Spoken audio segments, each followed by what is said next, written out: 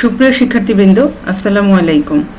জাতীয় বিশ্ববিদ্যালয়ের অনলাইন ক্লাসে তোমাদের সকলকে স্বাগতম। প্রাণীবিদ্যা বিষয়ের অনার্স প্রথম বর্ষের একটি কোর্স ইন্ট্রোডাকশন টু জুলজি এর আরেকটি ক্লাস নিয়ে এসেছি আমি, হাফেজা বেগম, সহযোগী অধ্যাপক, প্রাণীবিদ্যা বিভাগ, সরকারি সৈয়দ হাতেম আলী কলেজ, বরিশাল। করোনাকালীন শিক্ষা কার্যক্রম চলমান রাখার স্বার্থে জাতীয় বিশ্ববিদ্যালয়ের উদ্যোগে আয়োজিত এই অনলাইন পাঠ্যক্রমের আজকে আমার পঞ্চম ক্লাস।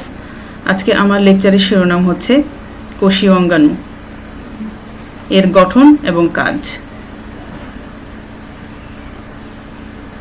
আমরা প্রথমেই জানার চেষ্টা করি যে কোষীয় অঙ্গাণু কি। সোজা কথায় কোষ যেই অঙ্গ দিয়ে তার কাজ সম্পাদন করে সেগুলি হচ্ছে কোষীয় অঙ্গাণু। আমরা মানুষ যেমন চোখ দিয়ে দেখি, কান দিয়ে শুনি, হাত দিয়ে বিভিন্ন কিছু ধরি, পা দিয়ে হাঁটি ইত্যাদি বিভিন্ন অঙ্গ দিয়ে আমরা আমাদের কাজগুলো সম্পাদন করি, তেমন কোষও একটি একক সত্তা। সে যেই অঙ্গগুলো দিয়ে তার কাজ সম্পাদন করে সেগুলি হচ্ছে কোষীয় অঙ্গাণু। যেহেতু কোষ নিজে একটি আণুবীক্ষণিক সত্তা, সুতরাং তার অঙ্গগুলোও আণুবীক্ষণিক। সুতরাং এই অণু আকৃতির অঙ্গগুলোকে বলা হয় অঙ্গাণু বা সেলুলার অর্গানেলস। জীববিজ্ঞানের ভাষায় আমরা দেখি যে কোষীয় অঙ্গাণু কাকে বলে। কোষ মধ্যস্থ সজীব গঠনসমূহকে কোষীয় অঙ্গাণু বলে। সুতরাং কোষীয় অঙ্গাণুগুলো হচ্ছে কোষের মধ্যে যে প্রোটোপ্লাজমের মধ্যে অবস্থিত সজীব গঠনসমূহ, এবং সজীব হওয়ায় অঙ্গাণুগুলো সংখ্যা বৃদ্ধি করতে পারে অথবা পুনর্গঠিত হতে পারে। কোষের বিভিন্ন গুরুত্বপূর্ণ বিপাকীয় কার্যাবলী যেমন শ্বসন, প্রয়োজনীয় জৈব অনুসমূহের সংশ্লেষণ ও সঞ্চয়, পরিবহন, প্রজনন ইত্যাদি সম্পাদন করে থাকে এই কোষীয় অঙ্গাণুগুলোর মাধ্যমে।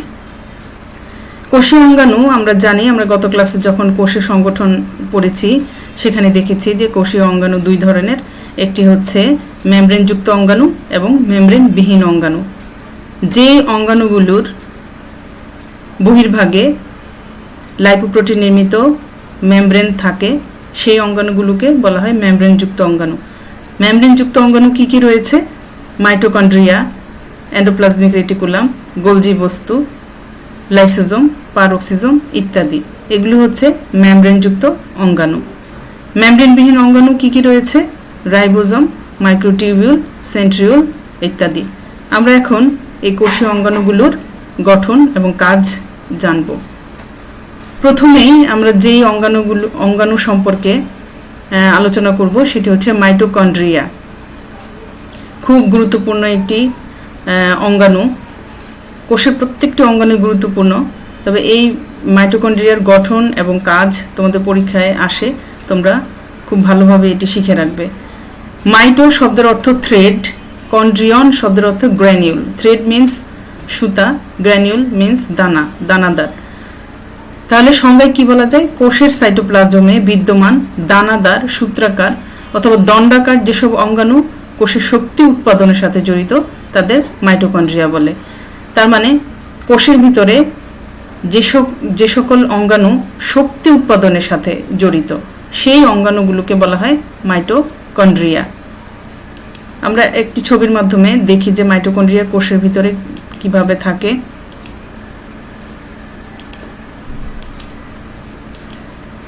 এই একটি কোষের নিউক্লিয়াসের ভিতরে মাইটোকন্ড্রিয়াগুলো সাইটোপ্লাজমে, নিউক্লিয়াসের বাইরে সাইটোপ্লাজমে মাইটোকন্ড্রিয়াগুলো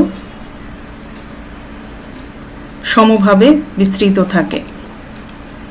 এটা হচ্ছে একটি মাইটোকন্ড্রিয়ার স্ট্রাকচার, এবং এটি হলো মাইটোকন্ড্রিয়ার একটি প্রস্থচ্ছেদের চিত্র।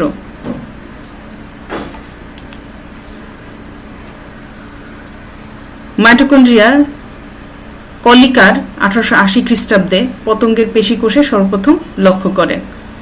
এরপরে অল্টম্যান এর উপর ধারাবাহিক পরীক্ষা নিরীক্ষা করেন এবং এর নাম দেন বায়োব্লাস্ট, এবং পরবর্তীতে বেন্দা এর নাম দেন মাইটোকন্ড্রিয়া। কোষের আয়তনের প্রায় 20% হচ্ছে মাইটোকন্ড্রিয়া। এটি সাইটোপ্লাজমে সমভাবে ছড়ানো থাকে, তবে কোষের যে অংশ বেশি ক্রিয়াশীল থাকে সেই অংশের মধ্যে মাইটোকন্ড্রিয়াকে দলবদ্ধভাবে অবস্থান করতে দেখা যায়। মাইটোকন্ড্রিয়ার আকৃতি যদি আমরা দেখি, মাইটোকন্ড্রিয়ার আকৃতি বেশ পরিবর্তনশীল এবং এই পরিবর্তনটা মূলত কোষের শারীরবৃত্তীয় অবস্থার উপর নির্ভর করে। এরা দণ্ডাকার, সূত্রাকার, দানাদার, গোলাকার, সর্পিলাকার যেমন শুক্রাণুতে, তারকাকার, অগ্নাশয় কোষে ইত্যাদি বিভিন্ন আকৃতির মাইটোকন্ড্রিয়া কোষের মধ্যে দেখা যায়। মাইটোকন্ড্রিয়ার সংখ্যাও কোষ এবং প্রজাতি ভেদে তারতম্য ঘটে। স্বাভাবিক যকৃৎ কোষে যেখানে 500 থেকে 1600টি মাইটোকন্ড্রিয়া থাকে, সেখানে সামুদ্রিক অর্চিনে প্রায় 1.5 লক্ষের মতো মাইটোকন্ড্রিয়া থাকে। মাইটোকন্ড্রিয়ার আকার বিভিন্ন কোষে বিভিন্ন রকম হয়, তবে সাধারণভাবে মাইটোকন্ড্রিয়ার ব্যাস 0.2 থেকে 2 মাইক্রন এবং দৈর্ঘ্য 0.3 থেকে 40 মাইক্রন পর্যন্ত হতে পারে। মাইক্রন আমি গত ক্লাসে তোমাদেরকে কোষের যে সেল মেজারমেন্ট যে এককগুলো সেই সম্পর্কে একটু ধারণা দিয়েছিলাম। সেখানে মাইক্রোমিটার যেটা বলেছি, মাইক্রোমিটার আরেক নাম হচ্ছে মাইক্রন। 1 মাইক্রন সমান আমরা জানি 1000 ন্যানোমিটার।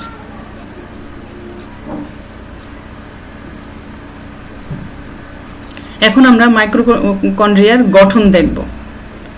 মাইটোকন্ড্রিয়ার গঠনে এই 4টি অংশ পাওয়া যায়: বহিঃপর্দা ও অন্তঃপর্দা, বহিঃপ্রকোষ্ঠ ও অন্তঃপ্রকোষ্ঠ, মাইটোকন্ড্রিয় ক্রিস্টি, আর কি F1 কণা। একটা ছবির মাধ্যমে আমরা এই স্ট্রাকচারটা একটু দেখার চেষ্টা করি।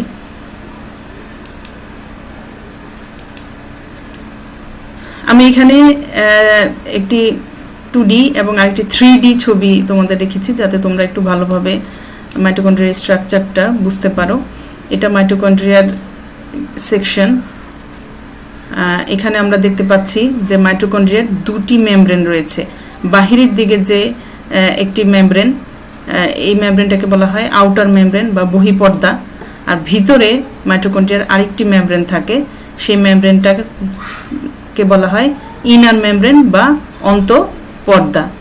এই মেমব্রেনগুলো আমরা যে প্লাজমা মেমব্রেনের স্ট্রাকচার পড়েছি, তোমাদের হয়তো মনে আছে লাস্ট ক্লাসে, যে এটি হচ্ছে ত্রিস্তরী মেমব্রেন, অর্থাৎ প্রোটিন, লিপিড এবং প্রোটিন দ্বারা গঠিত ত্রিস্তরী মেমব্রেন, এবং মাঝে লিপিডের যে স্তরটি রয়েছে সেটি মূলত দ্বিআণবিক, অর্থাৎ ফসফোলিপিডের 2টি স্তর নিয়ে মাঝে লিপিড স্তরটি গঠিত। এবং প্রতিটি মেমব্রেন প্রায় 70 থেকে 75 ডিগ্রি অ্যাংস্ট্রম পুরু।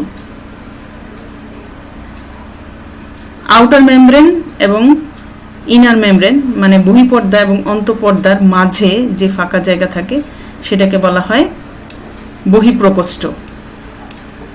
তার মানে এই যে বাহিরের পর্দা এবং ভিতরের পর্দা, এর মাঝে যে ফাঁকা অংশটি রয়েছে এটাকে বলা হয় হচ্ছে বহিঃপ্রকোষ্ঠ, আর অন্তঃপর্দার ভিতরের যে ফাঁকা জায়গা সেটাকে বলা হয় অন্তঃপ্রকোষ্ঠ বা ইনার চেম্বার।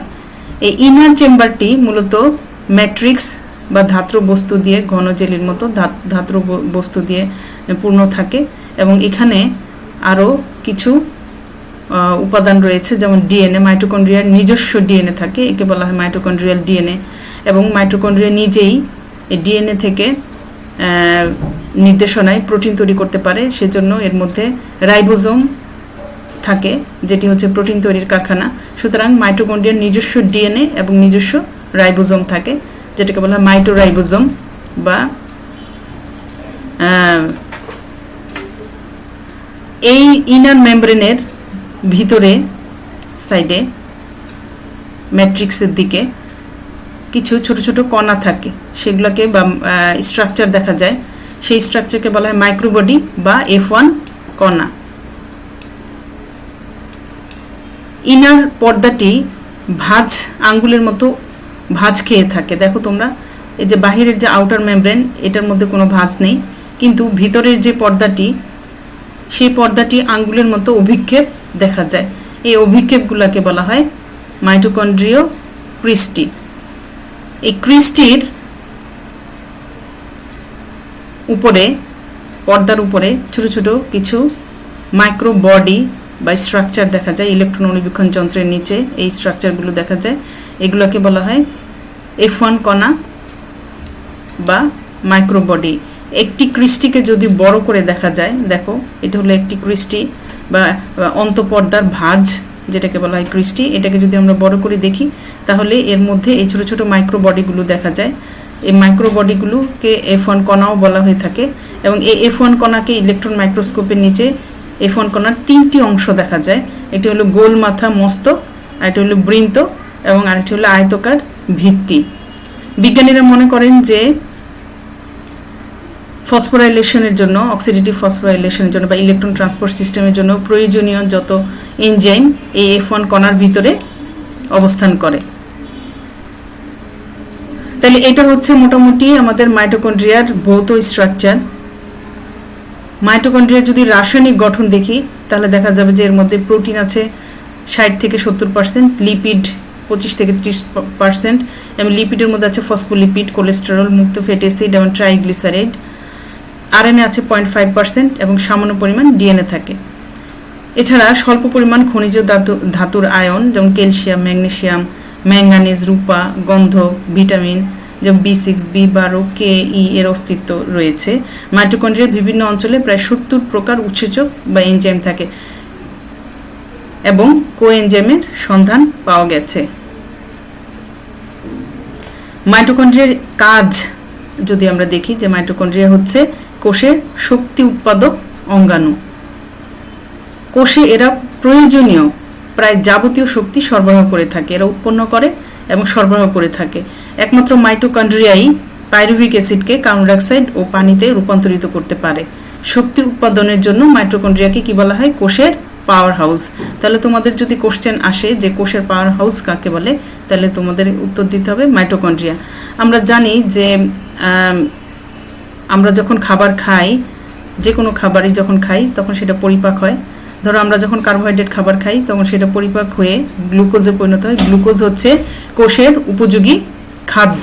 এই গ্লুকোজ তখন কোষের ভিতরে চলে যায় এবং গ্লুকোজ ভেঙে সাইটোপ্লাজমে, কোষের সাইটোপ্লাজমে গ্লুকোজ ভেঙে পাইরুভিক অ্যাসিডে পরিণত হয়। এই পাইরুভিক অ্যাসিড পরবর্তীতে মাইটোকন্ড্রিয়ায় প্রবেশ করে। মাইটোকন্ড্রিয়ায় প্রবেশ করে সাইট্রিক অ্যাসিড সাইকেল বা ক্রেবস সাইকেল এবং ইলেকট্রন ট্রান্সপোর্ট সিস্টেম এর মধ্য দিয়ে অতিক্রম করে অক্সিডেটিভ ফসফোরাইলেশনের মাধ্যমে ভেঙে কার্বন ডাইঅক্সাইড এবং পানিতে পরিণত করে এবং প্রচুর পরিমাণে শক্তি এটিপি ফর্মে এই শক্তি উৎপাদন করে। এই শক্তি উৎপাদনের জন্যই মাইটোকন্ড্রিয়াকে কোষের পাওয়ার হাউস বলে। এবং যখন আমাদের এই শক্তির প্রয়োজন হয় তখন মাইটোকন্ড্রিয়া কি করে? মাইটোকন্ড্রিয়ার ভিতর থেকে এই শক্তি বের হয়ে আসে। শুক্রাণু এবং ডিম্বাণু উৎপাদনে শক্তি যোগায়। যে কোনো কাজেই আমাদের এই মাইটোকন্ড্রিয়া শক্তি যোগায়। স্নেহ বিপাকে অংশ নেয়। কিছু ডিএনএ ও আরএনএও উৎপন্ন হয় মাইটোকন্ড্রিয়া থেকে। মাইটোকন্ড্রিয়া কিছু হরমোন, বিশেষ করে স্টেরয়েড হরমোন নিঃসরণ করে, যেমন ইস্ট্রোজেন। এই হরমোন মাইটোকন্ড্রিয়া থেকে নিঃসরণ হয় কিছু হরমোন। এর পরবর্তীতে আমরা যেই কোষীয় অঙ্গাণু নিয়ে কথা বলবো সেটি হচ্ছে অন্তঃপ্লাজমীয় জালিকা বা এন্ডোপ্লাজমিক রেটিকুলাম। কোষের সাইটোপ্লাজমে পর্দা বেষ্টিত, পরস্পর বিজড়িত জটিল জালিকাকার ও আন্তঃসংযোগী যে বিশেষ ধরনের গঠন দেখা যায় তাকে অন্তঃপ্লাজমীয় জালিকা বা এন্ডোপ্লাজমিক রেটিকুলাম, যাকে সংক্ষেপে ER বলা হয়। এন্ডোপ্লাজমিক রেটিকুলামগুলো সাধারণত নিউক্লিয়াসের পাশে অবস্থান করে এবং এটি জালিকাকার অবস্থা থাকে এবং এই জালিকাগুলো পরস্পরের সাথে, দেখো এই জালিকাগুলো পরস্পরের সাথে সংযুক্ত অবস্থায় রয়েছে। সেজন্য বলা হয় এটা হচ্ছে আন্তঃসংযোগী বিশেষ ধরনের গঠন।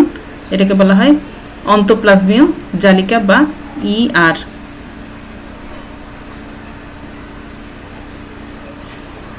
পর্টার, ক্লাউড এবং ফুলেম 1945 সালে সর্বপ্রথম ইলেকট্রন অণুবীক্ষণ যন্ত্রের সাহায্যে কোষের সাইটোপ্লাজমে এটি প্রত্যক্ষ করেন।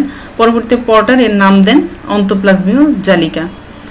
পরিণত লোহিত কণিকা এবং আদি কোষ ছাড়া, ব্যাকটেরিয়া ছাড়া, ব্যাকটেরিয়ার মধ্যে মাইটোকন্ড্রিয়াও দেখা যায় না, আবার এন্ডোপ্লাজমিক রেটিকুলামও আদি কোষে দেখা যায় না। পরিণত লোহিত রক্তকণিকা এবং আদিকোষ ছাড়া প্রায় সকল উদ্ভিদ এবং প্রাণী কোষে এই অন্তঃপ্লাজমীয় জালিকা দেখা যায়। অন্তঃপ্লাজমীয় জালিকা দুই ধরনের, খেয়াল করো, একটি হচ্ছে অমসৃণ অন্তঃপ্লাজমীয় জালিকা আর একটা হচ্ছে মসৃণ অন্তঃপ্লাজমীয় জালিকা। অমসৃণকে রাফ এন্ডোপ্লাজমিক রেটিকুলামও বলে থাকে ইংরেজিতে, এবং মসৃণকে বলা হয় smooth endoplasmic reticulum. Rough endoplasmic reticulum এর গায়ে কেন রাফ, এটি অমসৃণ কারণ এই এন্ডোপ্লাজমিক রেটিকুলামের গায়ে রাইবোজোম লেগে থাকে, সেজন্য এটিকে অমসৃণ দেখায়। আর যেই এন্ডোপ্লাজমিক রেটিকুলামের গায়ে রাইবোজোম থাকে না তাকে বলা হয় স্মুথ বা মসৃণ এন্ডোপ্লাজমিক রেটিকুলাম। তাহলে জালিকার পর্দায় যদি রাইবোজোম লেগে থাকে তখন একে বলা হবে অমসৃণ এন্ডোপ্লাজমিক রেটিকুলাম। প্রোটিন সংশ্লেষণে অংশগ্রহণকারী কোষে, যেমন অগ্নাশয় কোষ, যকৃৎ কোষ, প্লাজমা কোষ, অমসৃণ অন্তঃপ্লাজমিক জালিকা বেশি দেখা যায়। যেহেতু রাইবোজোম হচ্ছে প্রোটিন তৈরির কারখানা বা রাইবোজোম প্রোটিন তৈরি করে, সেজন্য যে সকল কোষে বেশি প্রোটিন সংশ্লেষণ হয় সে সকল কোষে এই অমসৃণ এন্ডোপ্লাজমিক রেটিকুলামের উপস্থিতি বেশি দেখা যায়। আর মসৃণ এন্ডোপ্লাজমিক রেটিকুলাম হলো এদের পর্দায় কি থাকে না, রাইবোজোম থাকে না বলে এদেরকে মসৃণ দেখায়। যে সকল কোষে অপ্রোটিন জাতীয় পদার্থের, যেমন ফসফোলিপিড, গ্লাইকোলিপিড, স্টেরয়েড হরমোন ইত্যাদি সংশ্লেষণ ঘটে, সেখানে মসৃণ অন্তঃপ্লাজমীয় জালিকার উপস্থিতি বেশি দেখা যায়। অন্তঃপ্লাজমীয় জালিকার কাজ কি সেটা আমরা দেখি। অন্তঃপ্লাজমীয় জালিকা কোষের সাইটোপ্লাজমীয় ধাত্রকে ছোট ছোট কুঠুরিতে বিভক্ত করে যান্ত্রিক দৃঢ়তা প্রদান করে। আমরা দেখেছি যে এন্ডোপ্লাজমিক রেটিকুলাম জালিকাকারে সাইটোপ্লাজমকে ধরে রাখে, সুতরাং এটা কি করে, ফলে কি হয়, কোষের বা সাইটোপ্লাজমের একটি দৃঢ়তা বজায় থাকে। অন্তঃপ্লাজমীয় জালিকার পর্দা বরাবর ব্যাপন, অভিস্রবণ, সক্রিয় পরিবহনের মাধ্যমে বিভিন্ন অণুর বিনিময় ঘটে থাকে। অন্তঃপ্লাজমীয় জালিকার পর্দায় বিদ্যমান বিভিন্ন ধরনের এনজাইম নানা প্রকার সংশ্লেষণমূলক ও বিপাকীয় কার্য সম্পাদন করে।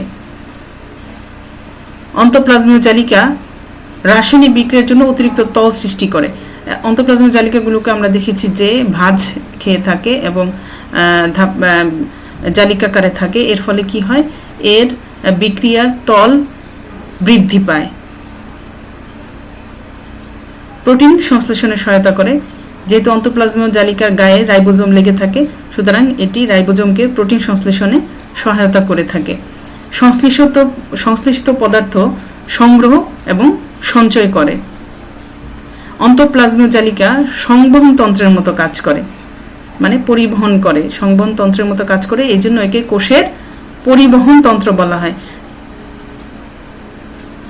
অমসৃণ অন্তঃপ্লাজমীয় জালিকা নিম্নলিখিত উপায়ে নিঃস্রাবী পদার্থ পরিবহন করে থাকে।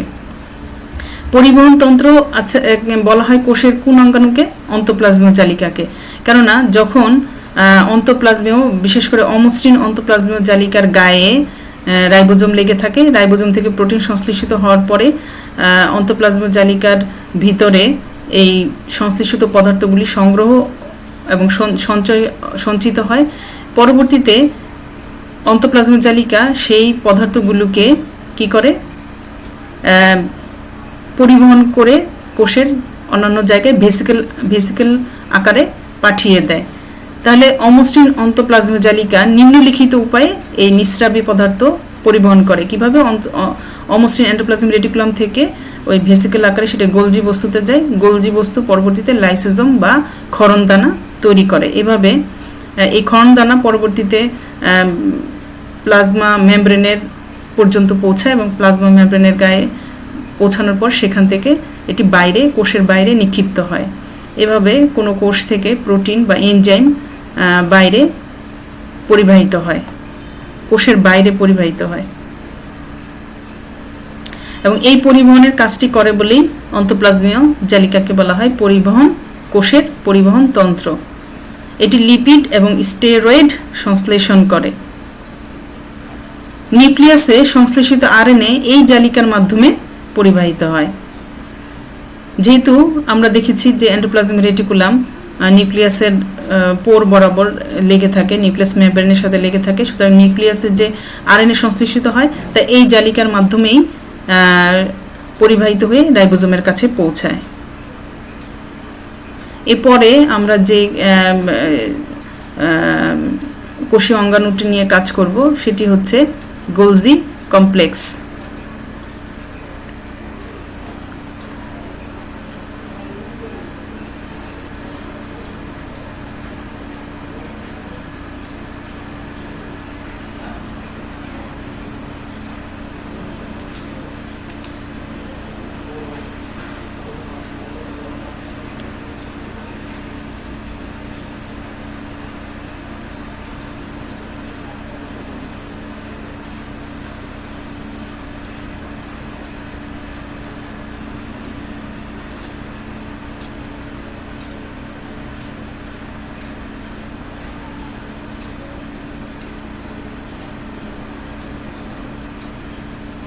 গোলজি কমপ্লেক্স হচ্ছে কোষের সাইটোপ্লাজমে সমান্তরালভাবে সজ্জিত পর্দা বিশিষ্ট চ্যাপ্টা থলির মতো নালিকা সমৃদ্ধ ও ফোস্কাকৃতির একটি জটিল অঙ্গাণু। এই যে এন্ডোপ্লাজমিক রেটিকুলাম এর পাশে স্তূপাকারে যেই অঙ্গাণুটি রয়েছে চ্যাপ্টা থলির মতো, এই অঙ্গাণুটাকে বলা হয় গোলজি কমপ্লেক্স। ক্যামিলিও গোলগি নামক একজন ইতালীয় বিজ্ঞানী 1890 খ্রিস্টাব্দে এই গোলজি কমপ্লেক্সটি কোষের মধ্যে শনাক্ত করেন। এই গোলজি কমপ্লেক্সের অনেক রকম নাম আছে, যেমন গোলজি বডি, গোলজি পদার্থ, গোলজি অ্যাপারেটাস, গোলজি কমপ্লেক্স, লাইপোকন্ড্রিয়া, একে লাইপোকন্ড্রিয়াও বলা হয়ে থাকে, ডিকটায়োজোম, ইডিওজোম ইত্যাদি অনেক নামে এই গোলজি বডি বা গোলজি কমপ্লেক্সটি পরিচিত। গোলজি কমপ্লেক্সের সিস এবং ট্রান্স নামক দুটি নির্দিষ্ট অঞ্চল রয়েছে। খেয়াল করো, গোলজি কমপ্লেক্সের যেই পার্শ্বটি বিশেষ করে এন্ডোপ্লাজমিক রেটিকুলামের দিকে থাকে সেটিকে বলা হয় সিস ফেস, আর ঠিক অপোজিট সাইডটাকে বলা হয় ট্রান্স ফেস। এইখানে এন্ডোপ্লাজমিক রেটিকুলাম থেকে যখন ভেসিকল আকারে প্রোটিন গোলজি কমপ্লেক্সের যেই তলে আসে সেই তলটাকে বলা হয় গাঠনিক তল, এবং সেখানে এই ভেসিকল বা ট্রান্সপোর্ট ভেসিকল আকারে আসে। এই ভেসিকল পরবর্তীতে এই প্রোটিন গোলজি কমপ্লেক্সের মধ্যে প্রসেসিং হয়ে তারপরে সেটি সেকেন্ডারি ভেসিকল হিসেবে বা নিঃস্রাবী দানা হিসেবে নিঃসৃত হয় যেই পার্শ্ব থেকে, সেটাকে বলা হয় ট্রান্স ফেস। এর অবস্থান হচ্ছে পরিপক্ক শুক্রাণু, লোহিত রক্তকণিকা আদি কোষ, কিছু উদ্ভিদ কোষ ছাড়া সকল কোষেই এই গোলজি কমপ্লেক্স দেখা যায়। গোলজি কমপ্লেক্সের আকৃতি পরিবর্তনশীল, এর আকৃতি কোষের শারীরবৃত্তীয় অবস্থার উপর নির্ভরশীল। গোলজি কমপ্লেক্সকে কোষের প্যাকেজিং সেন্টার বলা হয়। কেন? কারণ হচ্ছে যে এটি নিঃস্রাবী ভেসিকল গঠন এবং ক্ষরণ কার্যে ভূমিকা রাখে। কিরকম? এই যে এন্ডোপ্লাজমিক অমসৃণ এন্ডোপ্লাজমিক রেটিকুলামের গায়ে যে রাইবোজোম রয়েছে, সে রাইবোজোম যখন প্রোটিন সংশ্লেষণ করে, প্রোটিনটি এন্ডোপ্লাজমিক রেটিকুলামের ভিতরে নিঃসরণ করে, তখন এন্ডোপ্লাজমিক রেটিকুলাম এই প্রোটিনকে ভেসিকল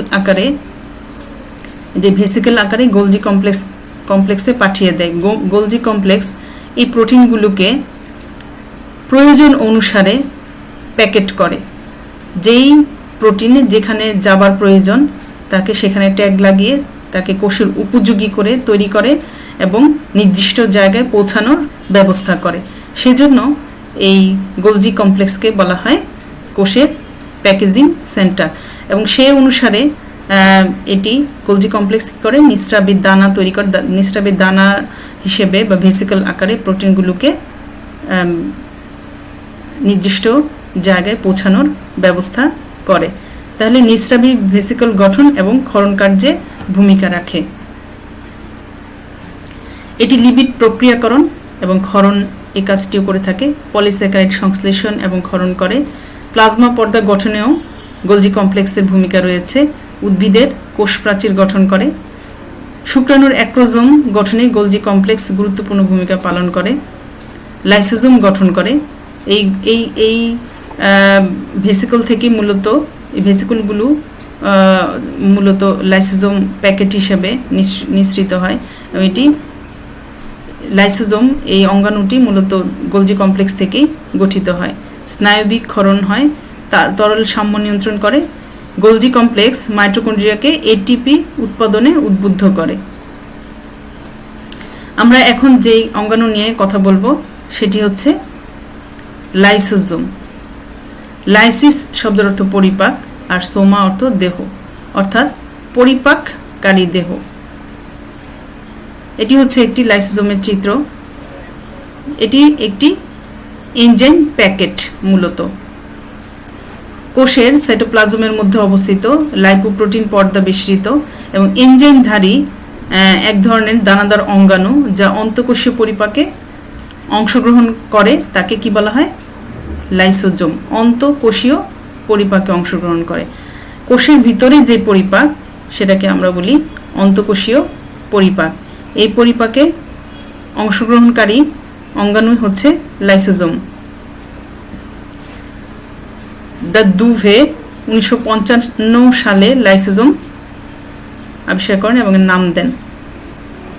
স্তন্যপায়ী লোহিত কণিকা ছাড়া আর সকল প্রকার কোষেই কি আছে? লাইসোজোম থাকে। তবে যে সকল কোষ পরিপাকতন্ত্রের মতো কাজ করে, যেমন শ্বেতকণিকা, অথবা ক্ষরণ কার্যে অংশ নেয়, যেমন যকৃৎ, ভগ্নাশয়, তাদের মধ্যে প্রচুর সংখ্যক লাইসোজোম থাকে। এটি রাসায়নিক গঠন যদি আমরা দেখি, একটি একক লাইপোপ্রোটিন পর্দা দ্বারা ঘেরা লাইসোজোমের অভ্যন্তরে 50টিরও বেশি হাইড্রোলাইটিক এনজাইম থাকে। যেহেতু এটি মেমব্রেনযুক্ত একটি অঙ্গাণু, সুতরাং এর বাহির চারিপাশে একটি লাইপোপ্রোটিন পর্দা দিয়ে ঘেরা থাকে এবং এটি মূলত একটি এনজাইম প্যাকেট এবং এর ভিতরে প্রায় 50টিরও বেশি হাইড্রোলাইটিক এনজাইম থাকে। লাইসোজোমের কাজ কি? খাদ্য কণার অন্তঃকোষীয় পরিপাক করে।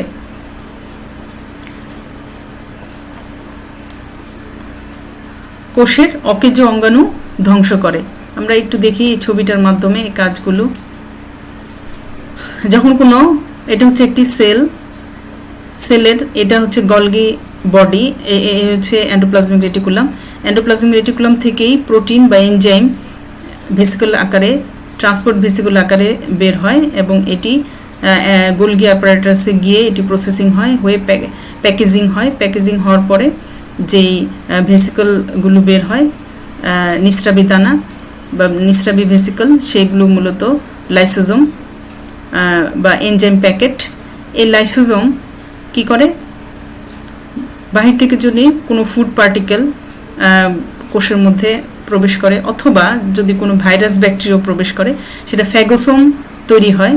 এই ফ্যাগোসোম এর সাথে এই লাইসোজোম যুক্ত হয়ে লাইসোজোমের পর্দাটি বিগলিত হয়ে এনজাইম কি করে? এই ফুড পার্টিকেল বা ভাইরাস বা এনজাইমের উপর নিক্ষিপ্ত হয়। তখন কি হয়? সেই সমস্ত বডি কি হয়? বিশ্লিষ্ট হয়ে যায়, ডাইজেশন হয়ে যায়। আবার এই লাইসোজোম কি করে? কোষের ভিতরে যদি কোনো অকেজ অঙ্গ থাকে, অঙ্গাণু থাকে, যেমন এখানে একটি মাইটোকন্ড্রিয়াকে দেখানো হচ্ছে, এই অকেজ অঙ্গাণুকেও সে কি করে? তার নিজস্ব এনজাইম দ্বারা তাকে ডাইজেস্ট করে ফেলে বা নষ্ট করে ফেলে। পরবর্তীতে এই ডেব্রিসগুলো প্লাজমা মেমব্রেনের বাহিরে এক্সোসাইটোসিস প্রক্রিয়ায় বের হয়ে যায়। মানে কোষের মধ্যে যদি কোনো অকেজ অঙ্গাণু থাকে, যেমন আমরা যদি কোনো গুরুত্বপূর্ণ কোনো জিনিস আমাদের অকেজ হয়ে যায়, তাহলে আমরা কি করি? সেটা ফেলে দিই। কোষের মধ্যেও তেমনি অকেজ কোনো অঙ্গাণু থাকলে সেটা বরং কোষের জন্য ক্ষতিকর। সেজন্য তারা কি করে? সেটিকে ডাইজেস্ট করে কোষের বাইরে নিক্ষিপ্ত করে, শুধু কোষের অকেজ অঙ্গাণু ধ্বংস করে। প্রয়োজনে এনজাইম ত্যাগ করে জীবদেহের অকেজ কোষকে ধ্বংস করে ফেলে। এই কারণে লাইসোজোমকে কোষের কি বলা হয়? আত্মঘাতী থলিকা বা সুইসাইড ব্যাগ বলা হয়। অনেক সময় এমন হয় যে এই কোষটি যদি ভাইরাস এফেক্টেড কোনো কোষ হয়ে থাকে, হ্যাঁ, সেই কোষটি অন্য কোষের জন্য বা জীবদের জন্য হুমকি স্বরূপ, তখন লাইসোজোম কি করে, তার দেহ থেকে যে লাইটিক এনজাইমগুলো রয়েছে সেগুলো কোষের মধ্যে ছেড়ে দেয়, ফলে কি হয়, সমস্ত কোষটি ধ্বংস হয়ে যায়। লাইসোজোমের এই কাজের জন্য একে বলা হয় কোষের সুইসাইড ব্যাগ, এবং এই প্রক্রিয়াটি মূলত হলো অটোলাইসিস। ফ্যাগোসাইটোসিস প্রক্রিয়ায় জীবাণু ধ্বংস করতে শ্বেতকণিকাকে সাহায্য করে। কোষ বিভাজনের সময় লাইসোজোম কি করে, নিউক্লিয় পর্দা ভাঙতে সাহায্য করে। যত রকম লাইটিক কাজ সেগুলো সব লাইসোজোম করে থাকে। শুক্রাণুকে ডিম্বাণুর বহিরাবরণীর বিগলন ঘটিয়ে ডিম্বাণুর মধ্যে অনুপ্রবেশে সহায়তা করে। শুক্রাণুর অ্যাক্রোজোমে এই লাইসোজোম থাকে এবং সেখানে কি করে, সে ডিম্বাণুর বহিরাবরণকে গলানোর জন্য লাইসোজোম ইউজ করে, ফলে যখন বিগলন ঘটানোর পরে শুক্রাণু কি করে, ডিম্বাণুর মধ্যে অনুপ্রবেশ করে। এরপরে যে গুরুত্বপূর্ণ অঙ্গাণু নিয়ে আমি কথা বলবো সেটি হচ্ছে কি, রাইবোজোম। কোষের সাইটোপ্লাজমে মুক্তভাবে বা অন্তঃপ্লাজমীয় জালিকার সাথে সংযুক্ত রাইবোনিউক্লিওপ্রোটিনের যে সকল ক্ষুদ্র গোলাকার 150 থেকে 200 ডিগ্রি অ্যাংস্ট্রম ব্যাস বিশিষ্ট কণা সদৃশ অঙ্গাণু দেখা যায়, তাদেরকে বলা হয় রাইবোজোম। এই রাইবোজোম হচ্ছে প্রোটিন তৈরির কারখানা। রাইবোজোম সাইটোপ্লাজমের মধ্যে মুক্তভাবে থাকতে পারে, ফ্রি রাইবোজোম। আবার এই রাইবোজোম কি করতে পারে, রাফ এন্ডোপ্লাজমিক রেটিকুলামের গায়ে লেগে থাকতে পারে। রাইবোজোমের দুটি উপ-একক থাকে, একটিকে বলা হয় লার্জ সাব ইউনিট আর একটিকে বলা হয় স্মল সাব ইউনিট। ব্রাউন 1953 সালে সর্বপ্রথম উদ্ভিদ কোষে এবং পরবর্তীতে 1955 সালে পেলেট প্রাণী কোষে রাইবোজোমের এই উপস্থিতি লক্ষ্য করেন। অবক্ষেপ গুণাঙ্কের ভিত্তিতে রাইবোজোমকে কয়েক ভাগে ভাগ করা যায়, যেমন অবক্ষেপ গুণাঙ্ককে এস দিয়ে প্রকাশ করা হয়। S means Svedberg unit. 70S ribosome হচ্ছে আদি কোষে পাওয়া যায়, ব্যাকটেরিয়া এবং নীলাভ সবুজ শৈবালে। আর 80S রাইবোজোম ইউক্যারিওটিক কোষের রাইবোজোম, মানে প্রকৃত কোষে যে রাইবোজোম পাওয়া যায় সেটা হচ্ছে 80S রাইবোজোম। আর মাইটোকন্ড্রিয়াল নিজস্ব রাইবোজোম থাকে, সেটাকে বলা হয় মাইটোকন্ড্রিয়াল রাইবোজোম। এখানে আমি 70S আর 80S, 70S হচ্ছে প্রোক্যারিওটে পাওয়া যায়, এর দুটি সাব ইউনিট, এগুলো প্রত্যেকটির আলাদা আলাদা নাম আছে। বড় সাব ইউনিটকে বলা হয় 50S এবং স্মল সাব ইউনিটকে 30S। আর 80S রাইবোজোমের বড় সাব ইউনিটটিকে বলা হয় 60S এবং স্মল সাব ইউনিটটিকে বলা হয় 40S সাব ইউনিট। রাইবোজোমের কাজ কি? রাইবোজোমের প্রধান কাজই হচ্ছে প্রোটিন সংশ্লেষণ করা। এই কাজের জন্য রাইবোজোমকে কোষের প্রোটিন ফ্যাক্টরি বলা হয়। মেসেঞ্জার আরএনএকে এর নিউক্লিয়াস উৎসেচকের ক্রিয়া হতে রক্ষা করে। প্রোটিন সংশ্লেষণের জন্য যে প্রোটিন সংশ্লেষণ নির্দেশনা ডিএনএ থেকে আসে এবং ডিএনএ মেসেঞ্জার আরএনএর মাধ্যমে এই তথ্যটি রাইবোজোমের কাছে পাঠায় এবং রাইবোজোম সে অনুসারে প্রোটিন সংশ্লেষণ করে থাকে। তাহলে এই মেসেঞ্জার আরএনএকে নিউক্লিয়াস উৎসেচকের ক্রিয়া হতে রক্ষা করে। যদি নিউক্লিয়াস উৎসেচকের ক্রিয়া অব্যাহত থাকে তাহলে মেসেঞ্জার আরএনএ ভেঙে যাবে, যাতে সেটা ভেঙে না যায় সেজন্য রাইবোজোম সহায়তা করে। ক্রমবর্ধিষ্ণু পলিপেপটাইড শৃঙ্খলকে প্রোটিওলাইটিক উৎসেচকের ক্রিয়া থেকেও রক্ষা করে। এই যেই প্রোটিন শৃঙ্খলটি তৈরি হচ্ছে সেটাকেও প্রোটিওলাইটিক উৎসেচকের ক্রিয়া থেকে রাইবোজোম রক্ষা করে। এখানে আমি এতক্ষণ যে অঙ্গাণুগুলো পড়ালাম তাদের কাজ সংক্ষেপে একটি অ্যানিমেশনের সাহায্যে তোমাদেরকে দেখাতে চাই।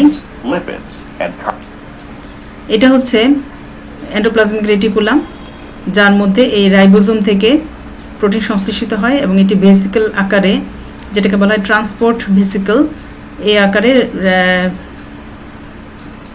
ট্রান্সপোর্ট ভেসিকল আকারে গলগি অ্যাপারেটাসের গাঠনিক তলে এসে যুক্ত হয় এবং এর মধ্যে তখন এই প্রোটিনটি প্রসেসিং হয়, প্যাকেজিং হয়, হওয়ার পরে এটা আবার ভেসিকল বা নিঃস্রাবী দানা আকারে এখান থেকে লাইসোজোম সৃষ্টি হয়েছে। এই লাইসোজোম সৃষ্টি হয়, এনজাইম প্যাকেট। বাহির থেকে যদি কোনো জীবাণু বা ফুড পার্টিকেল ঢোকে তাহলে কি হয়, এই লাইসোজোম কি করে, এর সাথে যুক্ত হয়, হয়ে এনজাইম নিঃসরণের মাধ্যমে একে একদম ডাইজেস্ট করে ফেলে। অনেক সময় এই লাইসোজোম অকেজ অঙ্গাণুকেও কি করতে পারে, ধ্বংস করে ফেলতে পারে। সেন্ট্রিওল আরেকটি অঙ্গাণু, কোষীয় অঙ্গাণু। ইউক্যারিওটিক কোষের সাইটোপ্লাজমে নিউক্লিয়াসের নিকটে মাইক্রোটিউবিউল সমন্বিত দুটি দণ্ড আকৃতির সিলিন্ডারের মতো যে গঠন দেখা যায় তাকে বলা হয় সেন্ট্রিওল।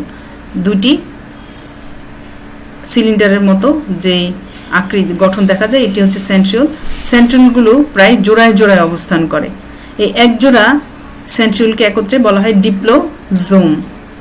প্রত্যেকটি সেন্ট্রিওল, খেয়াল করো, প্রত্যেকটি সেন্ট্রিওল 9টি ত্রয়ী মাইক্রোটিউবিউল নিয়ে গঠিত। মানে 9টি মাইক্রোটিউবুল, এগুলো হচ্ছে ত্রয়ী, মানে প্রত্যেকটি মাইক্রোটিউবুল আবার 3টি সাব ইউনিট নিয়ে গঠিত। এভাবে সেন্ট্রিওল গঠিত হয়। শৈবাল, ছত্রাক, মস, ফার্ন, নগ্নবীজি, প্রোটোজোয়া এবং প্রায় সকল বহুকোষী প্রাণীতে এই সেন্ট্রিওল দেখা যায়। তবে প্রোক্যারিওট, ডায়াটম, ইস্ট এবং অধিকাংশ উচ্চতর উদ্ভিদে এই সেন্ট্রিওল অনুপস্থিত। কোষ বিভাজনের সময় এই সেন্ট্রিওলের কাজ কি? কোষ বিভাজনের সময় মাকুতন্ত্র গঠন করে। এই সেন্ট্রিওল দুটি দুই পাশে চলে যায়, গিয়ে এর মাঝে কি হয়, মাকুতন্ত্র গঠিত হয়। কোষ বিভাজন আমরা মাইটোসিস বা মিয়োসিসের সময় এটা দেখে থাকি। কোষ বিভাজনকালে মাকুতন্ত্র ক্রোমোজোমকে টার্মিনালাইজেশনে সহায়তা করে। তার মানে ক্রোমোজোমগুলো দুই পাশে নেওয়ার জন্য, টেনে নেওয়ার জন্য এই মাকুতন্তু কাজ করে। শুক্রাণুর লেজ গঠনে সেন্ট্রিওলের ভূমিকা রয়েছে। এরা সিলিয়া এবং ফ্লাজেলার বেসাল বডি হিসেবে কাজ করে। মাইক্রোটিউবিউল আরেকটি স্ট্রাকচার রয়েছে যেটা কোষীয় কঙ্কাল সৃষ্টি করে। ইউক্যারিওটিক কোষের সাইটোপ্লাজমে এক ধরনের ফাঁপা তন্তুবদ্ধ যে গঠন দেখা যায় তাদেরকে বলা হয় মাইক্রোটিউবিউল। মাইক্রোটিউবিউল কোষ বিভাজনকালে মাকুতন্তু গঠন করে। কোষ বিভাজনের সময় ক্রোমোজোমগুলোকে বিপরীত মেরুতে পৌঁছাতে সাহায্য করে। এরা কোষস্থ অণু পরিবহনে সহায়তা করে, সিলিয়া ফ্লাজেলা গঠন এবং আন্দোলনে সহায়তা করে। কোষীয় অন্তকঙ্কাল নির্মাণে এদের ভূমিকা রয়েছে এবং কোষীয় অঙ্গাণুর যাতায়াতে এরা ভূমিকা পালন করে। কোষীয় কঙ্কাল বা সাইটোস্কেলিটন, কোষেরও কঙ্কাল রয়েছে। এগুলো মাইক্রোফিলামেন্ট, মাইক্রোটিউবিউল এগুলা দ্বারা গঠিত একটি কোষীয় কঙ্কাল গঠিত হয় এবং এই কোষীয় কঙ্কাল মূলত কোষকে একটি গঠন বা দৃঢ়তা দান করে এবং এর মধ্যে বিভিন্ন অঙ্গাণুগুলো নির্দিষ্ট অবস্থানে রাখতে সাহায্য করে। আমরা আমাদের পাঠের সর্বশেষ পর্যায়ে চলে এসেছি। আমি এতক্ষণ তোমাদেরকে যা আলোচনা করেছি তোমাদের সাথে, সে তার উপর কিছু প্রশ্ন যেগুলো গুরুত্বপূর্ণ আসতে পারে এরকম কিছু প্রশ্ন আমি এখানে তোমাদের জন্য রেখেছি। কোষীয় অঙ্গাণু কি? মেমব্রেনযুক্ত এবং মেমব্রেনবিহীন অঙ্গাণুর নাম লিখো। মাইটোকন্ড্রিয়ার গঠন ও কাজ লিখো। মাইটোকন্ড্রিয়াকে কোষের পাওয়ার হাউস বলা হয় কেন? Endoplasmic reticulum, Golgi body, ribosome, lysosome, centriole এগুলোর গঠন এবং কাজ তোমরা পড়ে রাখবে। বিশেষ করে কাজটা গুরুত্বপূর্ণ, কাজটা শিখে রাখবে। লাইসোজোমকে কোষের আত্মঘাতী থলিকা বলা হয় কেন? প্রশ্নটা প্রায় তোমাদের আসে। ধন্যবাদ। আমি এতক্ষণ তোমাদের যা পড়িয়েছি এবং প্রশ্নগুলো উত্তর তোমরা সেখান থেকে পেয়ে যাবে আশা করছি। এতক্ষণ আমার সাথে থাকার জন্য ধন্যবাদ। তোমরা পরবর্তীতে আরেকটি ক্লাস নিয়ে আমি তোমাদের সামনে হাজির হব। ততদিন তোমরা ভালো থাকো, সুস্থ থাকো।